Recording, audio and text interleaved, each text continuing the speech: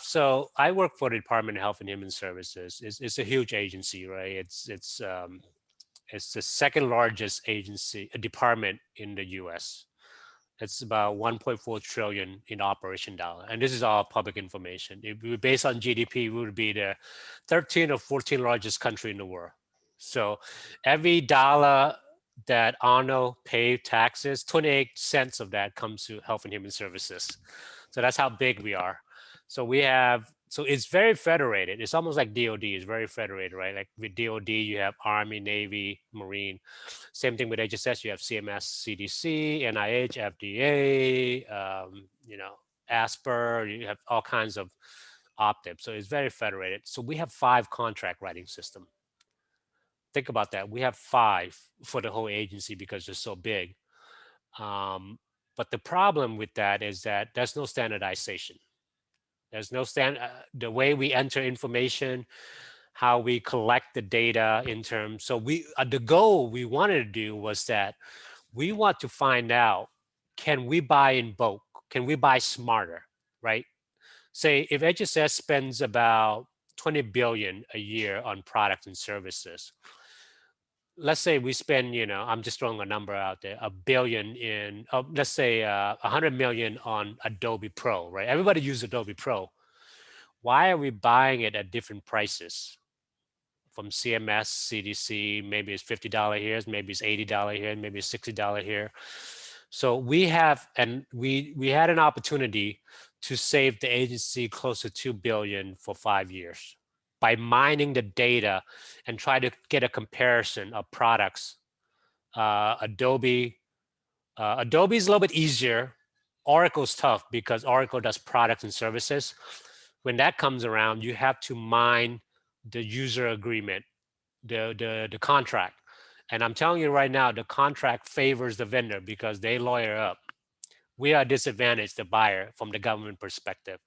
So we mine, so people want to do machine learning, but they don't realize that the hardest part is making sure that the data is ready to be machine readable, for one thing, and to be ready to do machine learning. So we had to use machine learning to make sense, to have a good descriptive analysis of the data, because we had bad data. The data input is bad, and most of the information in the contract writing system, like solicitation, pre-award work, proposal, they are not in the contract writing system. They're in SharePoint, they're in shared drive, they're in somebody's personal drive. So it's hard to mine the data just because you look at the contract in any government, they won't go, there's thing called CLIN line, a contract line. It goes down label, right? So if I buy Oracle, right, I said one quantity and it'll be like $1 million. That doesn't help me, right, to do a one-to-one comparison, because a million of what licenses, is it products or services? So the input of how we describe what we're buying was bad. So that's why we had to use machine learning to make sense of everything. And we wanted to make sure that to get a good one-to-one comparison and then negotiate with Oracle, Adobe, or whoever the vendor is, and we could save a lot of money, right? Because we buy in bulk. The power of group purchasing in any government, if you're big enough, I think you have an opportunity there. But you have an opportunity to clean your data. But also by looking at the data, we were able to streamline the process, right? When you have 5 contract writing system, and that's just contract writing system, we have 200 other systems that support the process from A to Z. Contract writing, when you write the contract, is like, only 30% of the work. You don't, when you think about it, you do market research, you review acquisition plan, you do all kinds of work. You do solicitation, you go competitions, or you do a conference. That's 70% of the work we didn't have the data for. And there were like 200 systems that were facilitating this. So we had, by looking at the data, we were able to streamline that process. We brought blockchain in, not for cryptocurrency and like that. We bought it for an infrastructure use, for enterprise use, and it's private because we know all the users coming in. We just wanted a attestation layer. We just want that attestation layer of who's doing what, because there's legal implication around contract, right? Are you misusing money? Are you making changes? Or is somebody just making change by mistake? We wanted to know, because there's a thing called Data Act, and I think Arno the only one that understand, maybe heard of Data Act, but it's because there's discrepancy between financial system to acquisition system to budget to reporting to treasury. There's a lot of discrepancy because when you're dealing with billions of dollars, there's a lot of discrepancy because we are still doing paper. So that's why they came up with the Data Act. We want to know who's making changes. Is it by mistake or by maliciously? We want to know. If it's by mistake, then maybe we could update policy or make things better or change how we do things. So we mine the heck out of the data, and we want to know who's doing what. We have provenance around data. And that's why we got into acquisitions and AI and blockchain. And I'll pause there. And anybody want to add anything to that? Questions?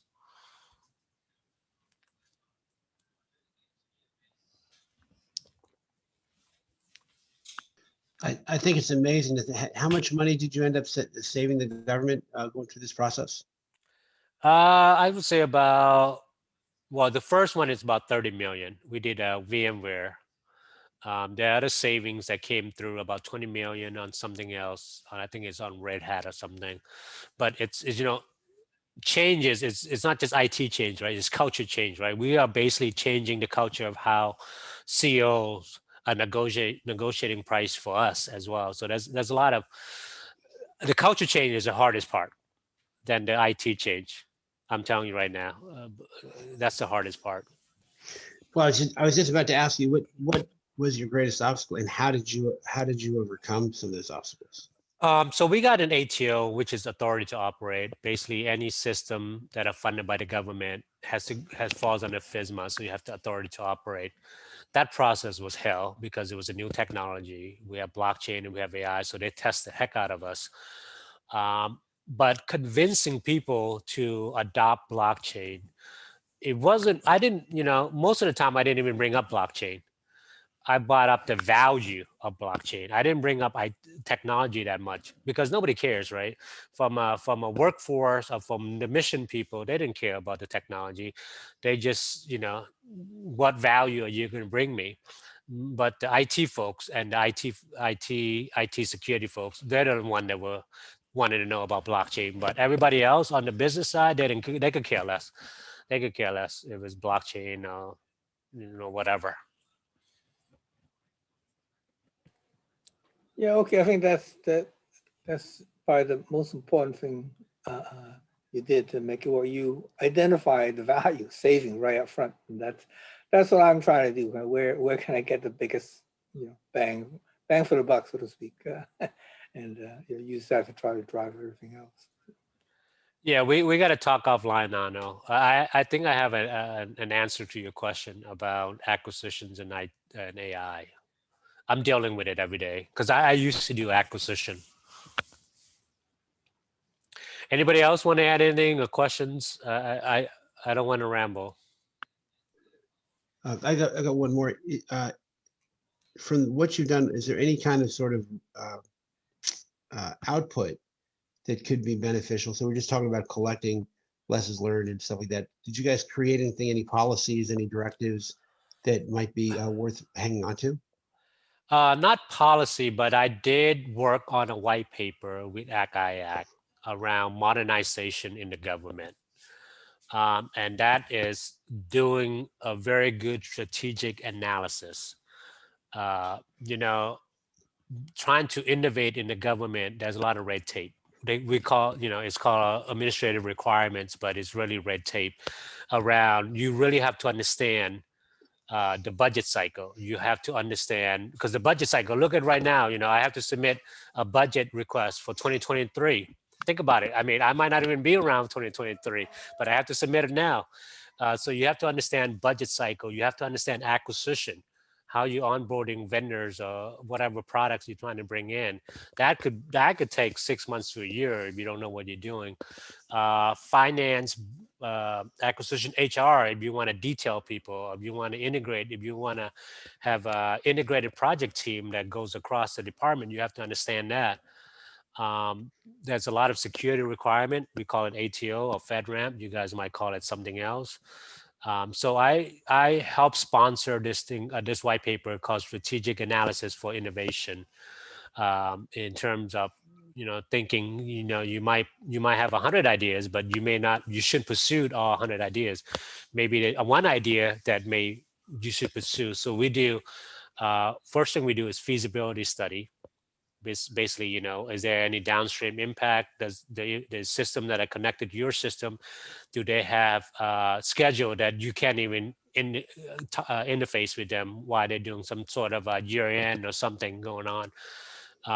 Is the money there? Is there a 5-year a 5-year plan that you have in place, implementation to operation to deployment to operation?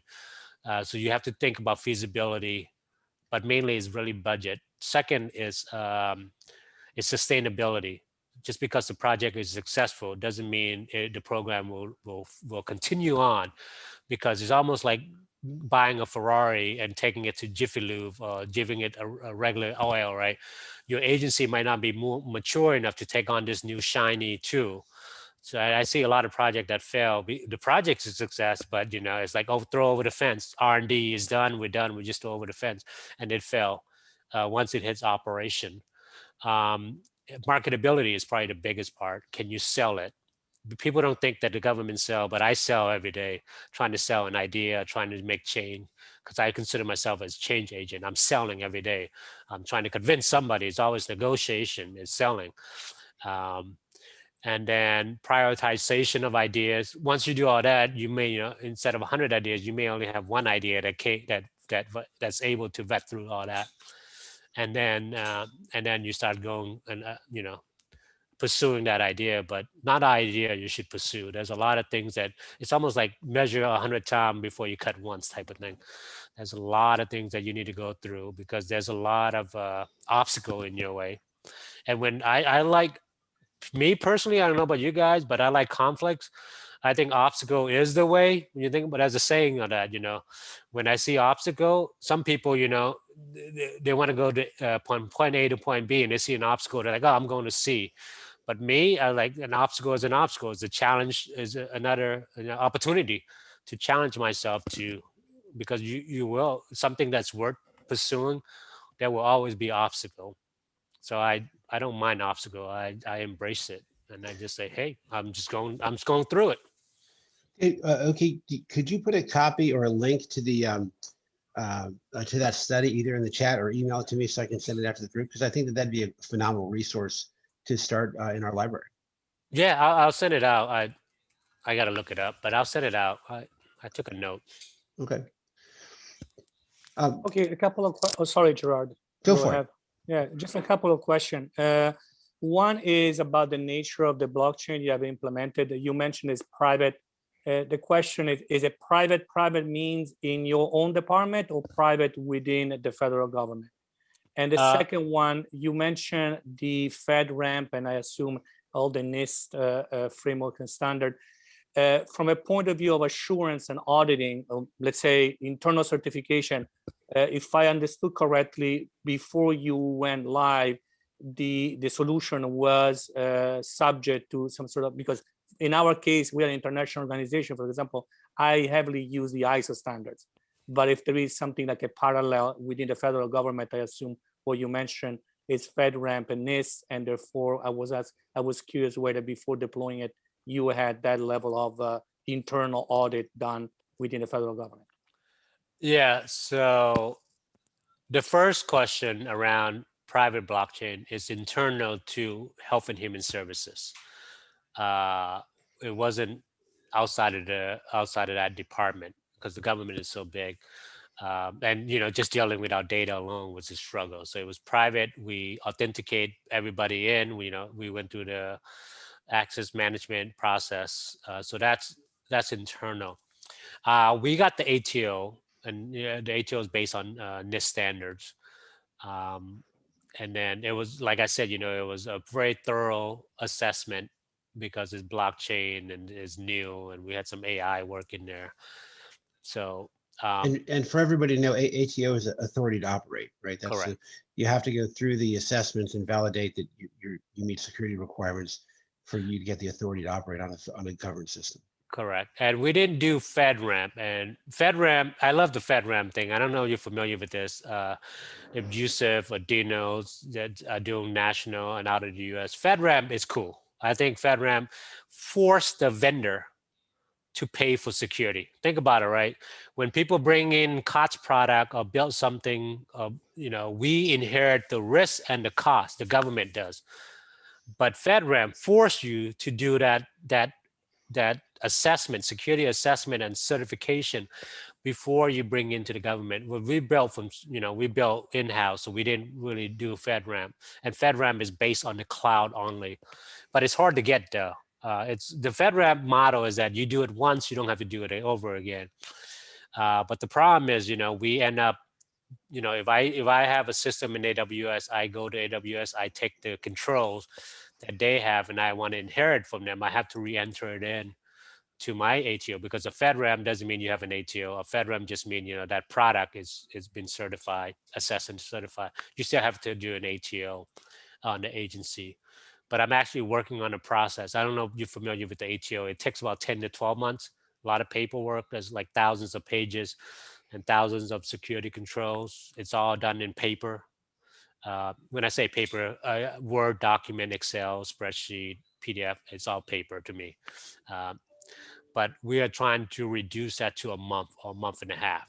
And I think we could do it by codifying the information, right? All the information is in text, in paper. We're going to codify it, or digitize the thing, or the document, and then mimicking TurboTax in terms of entering it once and populate it. If you look at all the ISO, look at ATO, FISMA, NIST, whatever, the information, they're asking the same information, it's just different form.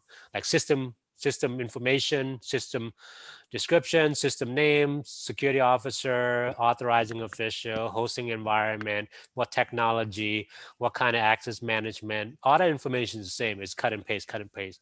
Use following the TurboTax model, just and ask once, populate to everybody.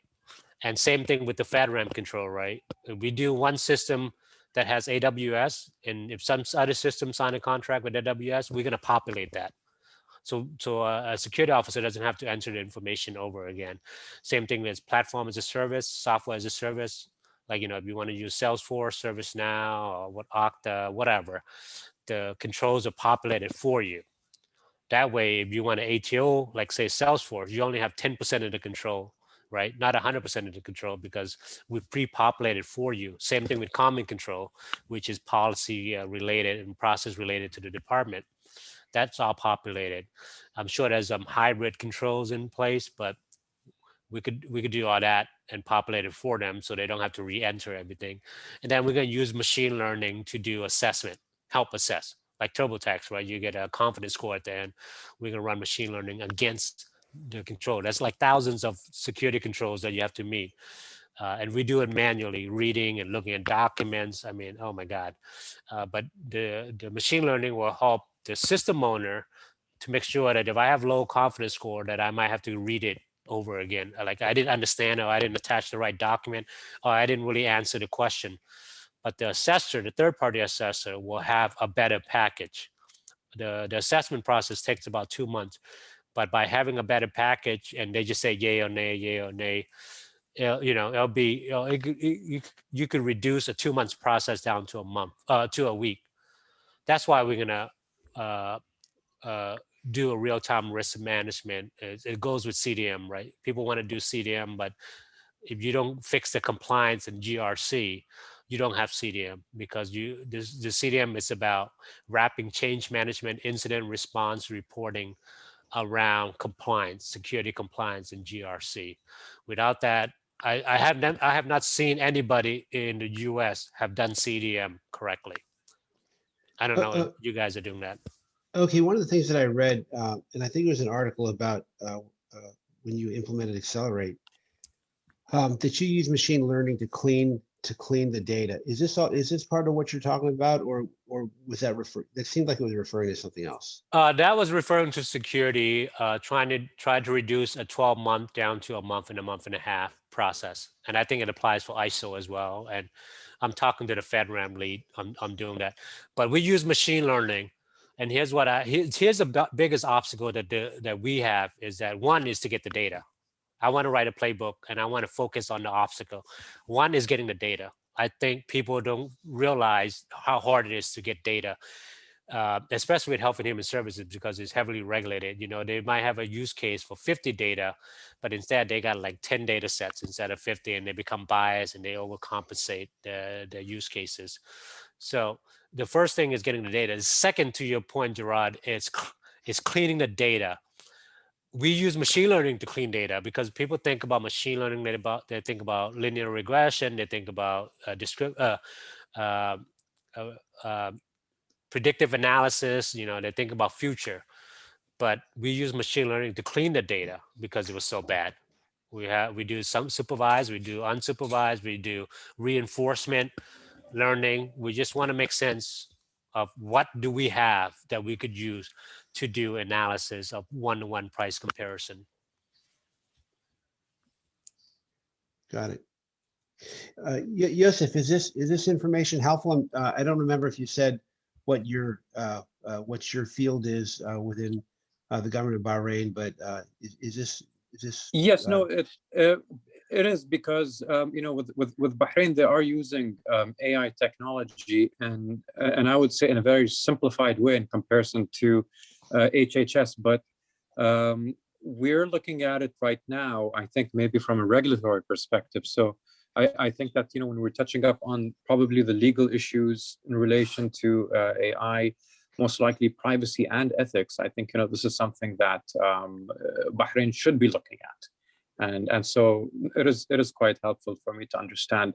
Again, I wouldn't even compare our GDP to HHS as what Oki was referring to earlier. We would most likely be a lot smaller. So I think, you know, just looking at it from all these other different types of things, in addition to the risk assessment, it is quite helpful. You know, one of the most important things about GBA is that we help people connect, communicate, and collaborate, right? And this is the first meeting of this government AI group. But our goal is really, you know, we'll create some value during these meetings, but our goal is also hopefully to create relationships, right? Because the value that Oki or any of the other folks in this team brings to you is good here, but it's really, you know, 2 or 3 weeks down the road when you've got a question and you can, and we should, if you guys are interested, please put your email and contact details in the chat. So if you want other folks to be able to reach you, you can do it through the, if you go to the GBA government and AI and government group page, you can connect everybody through there. But if you want to drop your emails in the chat here, that's something you can do as well. And Yusuf, what time is it there in Bahrain now? No, I'm in Washington. If I was in Bahrain, it would to be very late. So Okay. it's 3:47. When I thought about calling on you, I thought that you were there, and I was like, you know, he might be asleep.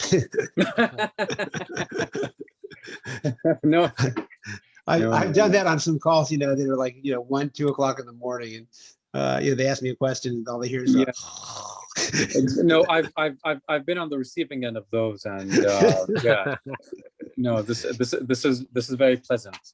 So you must know Thomas. Is he the one that strong armed you into Yes, joining? he did. Yes, he did. He's a good guy. He is. I like him a lot. He's a funny guy, but I haven't got all his jokes yet. we're waiting here as well. Yeah. Well, listen, the topic for next month. Do you guys have any? And incidentally, if it's okay with you, I'm going to write. I don't know that I have. Well, we've got the recording from Oki, so we'll make that available to all of you. So if you guys want to, you can listen to it later. I'm going to put out a little communication that says the government, the AI government blockchain group met. They talked about these things just in an effort to kind of recruit other folks as well. But is there a particular topic that you guys would like to focus on for next month?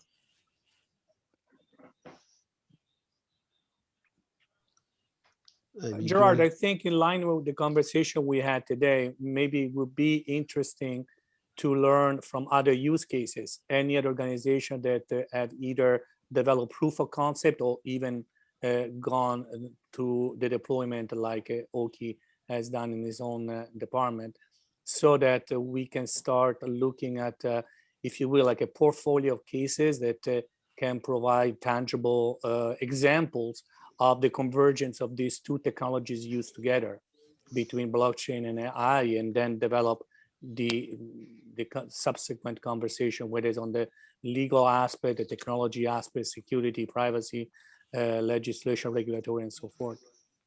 What do you think about if we find somebody who's done an AI implementation in the government sector, but may not be a government employee, or maybe somebody from one of the work groups to come and make a presentation to this group, maybe say for the first 30 minutes, and then they would leave and then give you guys an opportunity to talk amongst yourselves. What do you guys think about that? Sure, I Yeah. think it would be useful. Yeah, it'd be useful. Just we would refrain from having been, a sales pitch, because Right. that it could get really out of hand. Right. Well, right.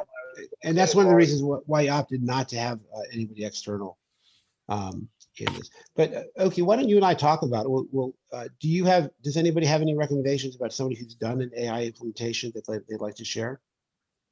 Or do you know of anybody that we could invite? And if not, I mean, could I go- know. I mean, I deal with a lot of AI folks. I mean, I could always bring somebody to demo. Oh, I could Right. demo actually the stuff that I'm working on the ATO. I could demo it if you guys want to see it. Oh, that's a great idea. Yeah, I think that's a good place to start. Yeah, let's plan that for the next call, and then in the meantime, Oki and all of us can start looking for other folks that would be good sources of information that we could schedule for subsequent months. Yeah, I'll get more active. I've been super busy in terms of, but I know a lot of folks that wanted to join. I just haven't been circling back with them. No problem. No problem. All right. Well, if you guys don't have anything else, giving people back a couple minutes is never a bad thing. So if nothing else, then we'll see you guys on the call next month. And the topic next month will be Oki will do a demo of his AI system.